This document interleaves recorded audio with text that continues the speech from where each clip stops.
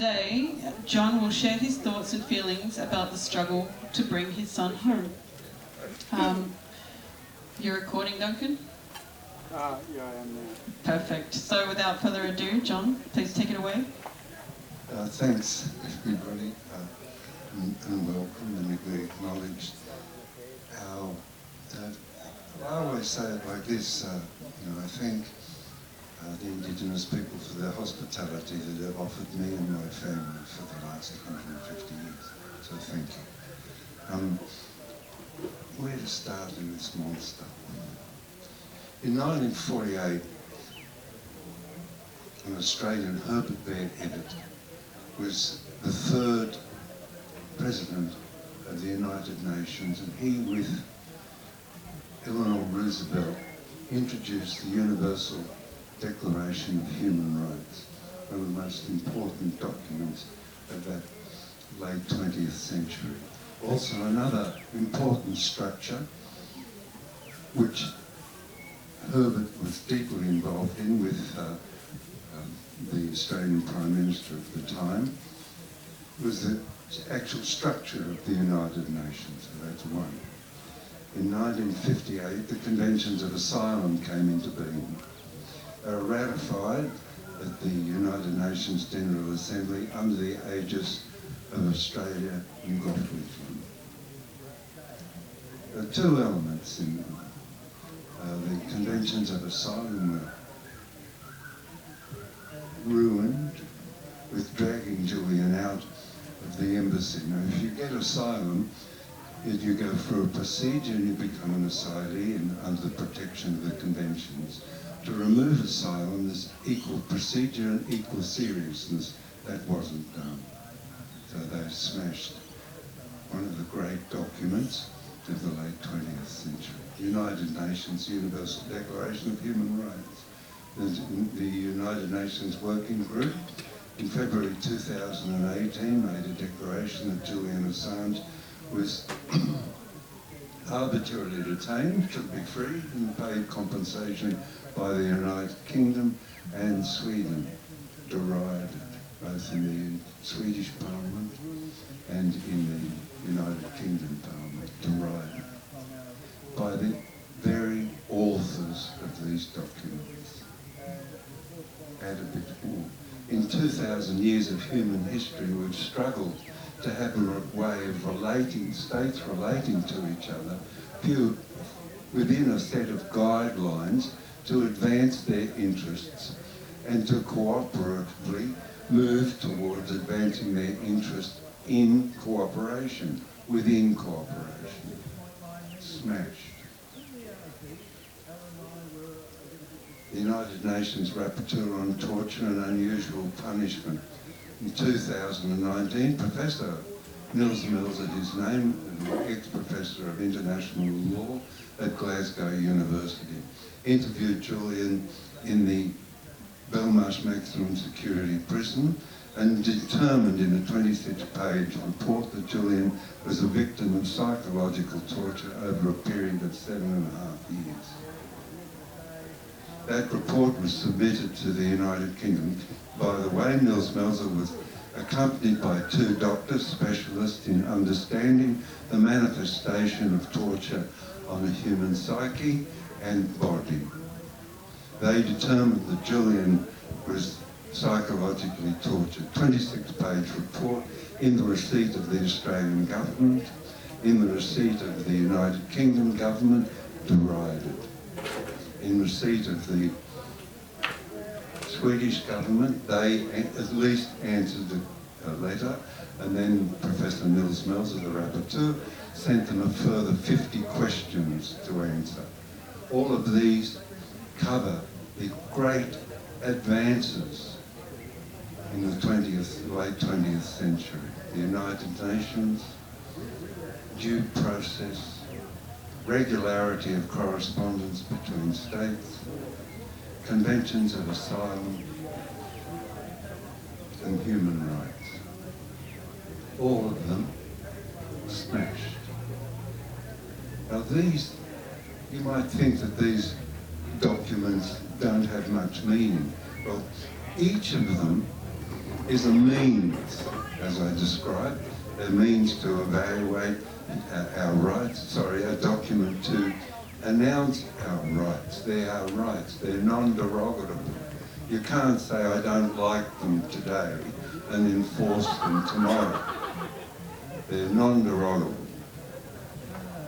Relationships between states guided by laws, general laws. These documents came into being under the aegis of Herbert Bear Evatt, 1945 to 1948. The discussion started in 1944. Ruined. But they're also a measure.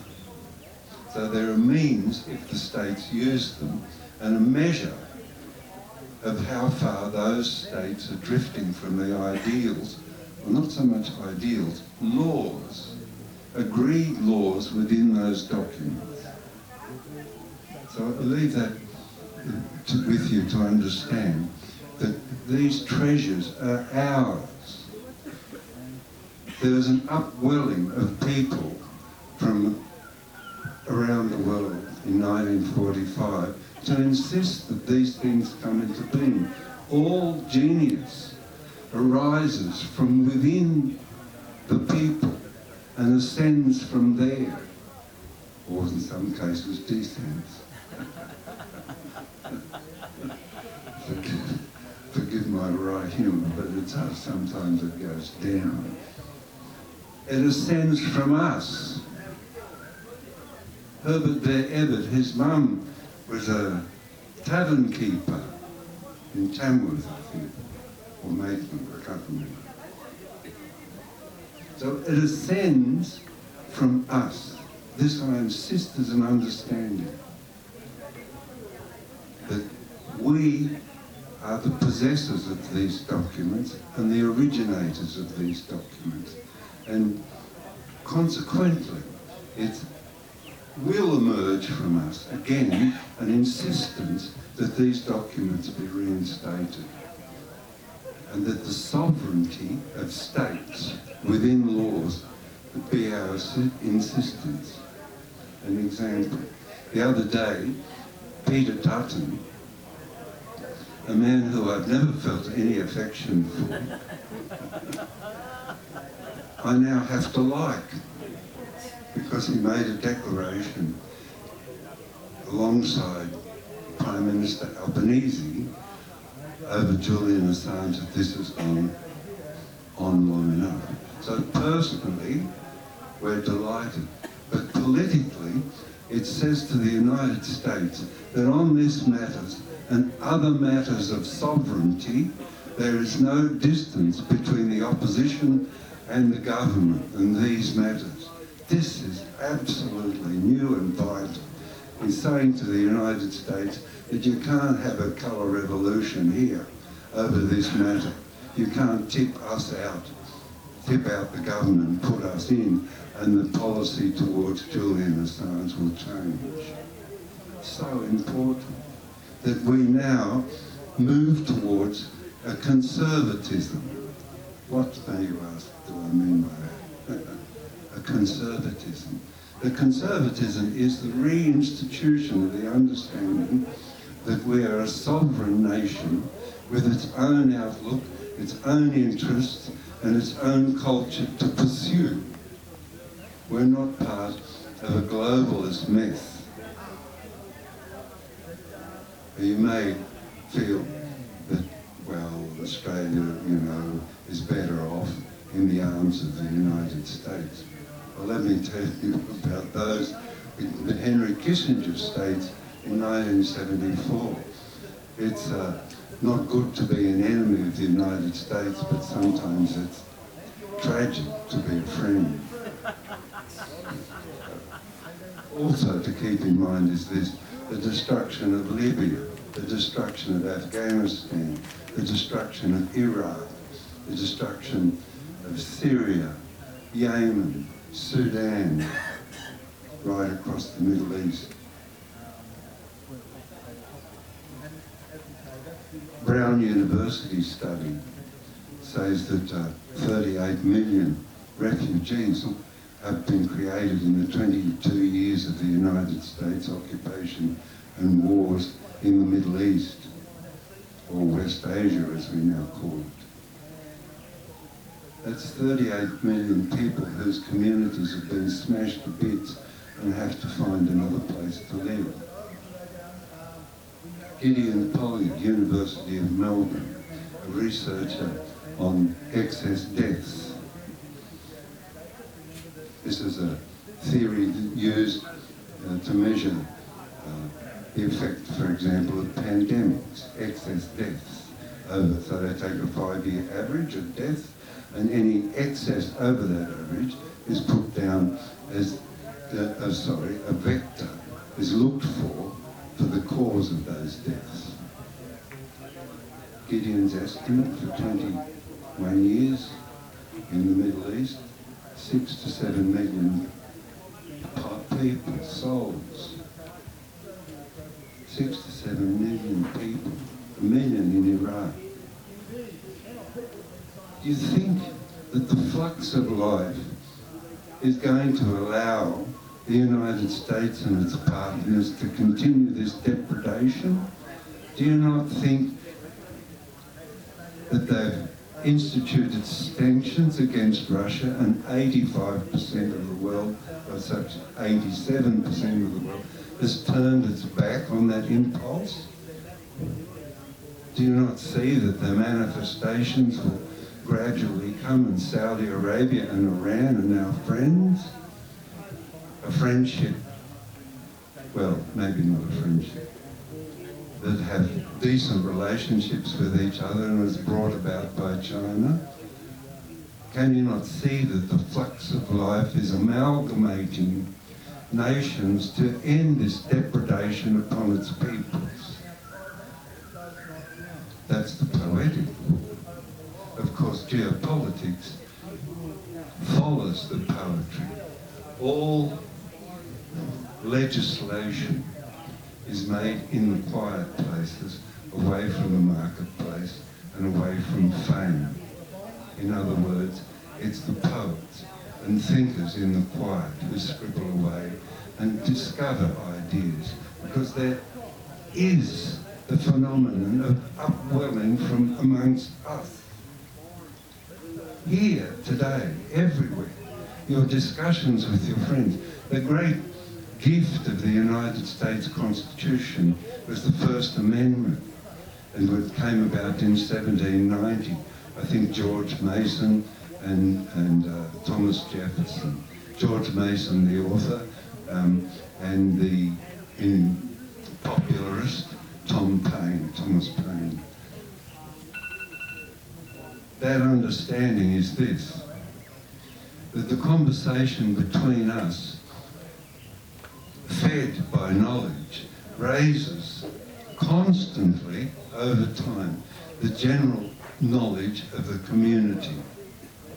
And so you have phenomenon like in Cambridge after the war with the invention of cybernetics and different sorts of physics, new understandings of the human mind and literature, and upwelling extraordinary. A novelist wrote that in 1900 there were so many geniuses around that the people looked for a leader and hoisted an idiot on their shoulders. I think it's referring to Adolf Hitler. An idiot on their shoulders and promoted him to Chancellor. I mean, that's extraordinary. The point I just make over and over again, that it upwells from within us. And the understanding of the First Amendment is that an illuminated conversation constantly over time raises the culture and the understanding of the peoples therein. It's a wonderful thing. Last point I make is that I don't understand why our heroes in Australia, well, not heroes, let's say champions, why our champions disappear. Where is the statues to Herbert Bear Evatt? Where to Gough Whitlam? Where to Patrick White? Where to Manning Clark, the great historian? Where to Leonid, still alive, still producing wonderful, what you might call cartoons, but they're insights into life. What is that phenomenon that the elites do to cast down Donald Dunstan, for example, who ought to be amongst us, walk amongst us, as an ancestor treasured? There are many men and women in Australia, and that's, I don't understand that. I think that's curious, because acknowledging the debt we have to our ancestors is prime. You must say to your dad and grandfather and great-grandfather, thanks. Thanks for the work you did. And if you find it wandered off the track a bit, correct it yourself. But acknowledge their gifts. I was in Mexico the other day, and they'd fought 6 wars for their independence. 1 against France, 1 against Spain, 4 against the United States, the last being in 1914. And they had their celebration of that victory. There was a victory in that case in Veracruz last week. How is it that the men spilt their blood to create Mexico? How is it that the women were willing to cry tears to create Mexico? What was in the mother's milk that gave men the courage to go and throw stones at cannons in order to free Mexico? What is it in the mother's milk of Mexico, continuing the imagery, that creates men of courage and women of passion? And those are the questions I ask myself, because I travel around Australia constantly, and I know it's there under this veneer of Americanism. I know we are not like America. I just spent 46 cities in the United States over 2 weeks, 2 months. So we get to know the distinctions between us, and we're not like them. Actually, we're quite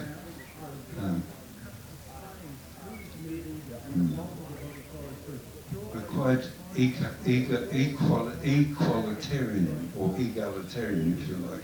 But I think we enjoy the equality between each other.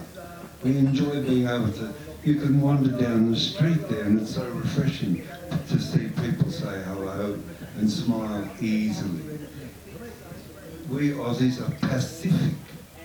We have to be worked up into a fizz to go to war, and they know how to do that. But I'd like to just finish on something that I could sort of quite, well, there's 2 things. In the last lines of Dante's Inferno, after they come out of hell, they say, we emerge once more to see the stars. But in our language, at Mabo, and the song by Paul Kelly and his friend, what's his name? Kev Carmody, it goes, big things from little things grow. That's our language. In the Italian language, we emerge from here to see the stars once again. But in our language, big things from little things grow, because we understand the phenomenon of upwelling within the community to embrace all of us in a new way of seeing. It's just wonderful. Anyway, thank you very much for listening. You're very kind.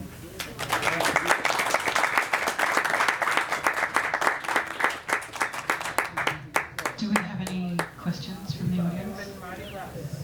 Sorry?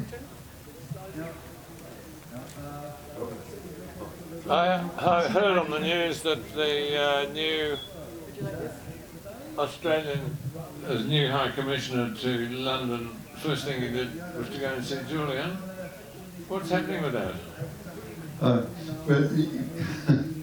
that in itself is significant. You know, one wouldn't look much further than the High Commissioner visiting a prisoner in the maximum security jail. It says that the government of Australia is concerned and it's sending its highest representative that they have in the United Kingdom to see Julian in the jail. I think that's pretty good myself. And I think what will unfold from there will be things like the Prime Minister in London saying that this has gone on too long, and I don't know whether they speak, the opposition leader and the Prime Minister, but the opposition leader saying, I agree, it's gone on too long. No light between us on that subject. Is there anything to be learned from David Hicks?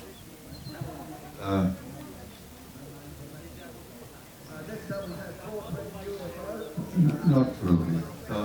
You know, David Hicks's lawyer, Stephen Kenny, is Julian's Australian lawyer, and he applies those lessons, but I don't think much. Well, not to get involved with the United States in its adventures overseas, I reckon. Anything else? That's good.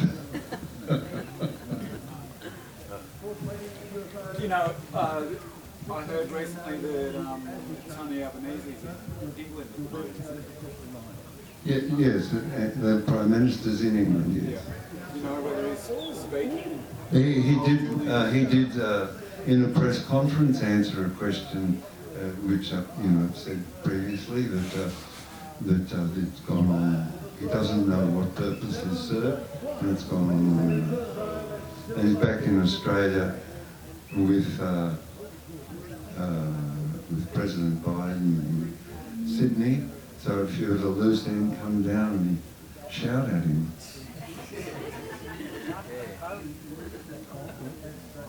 Wasting your breath. Thank you for your leadership on this job. Thank you.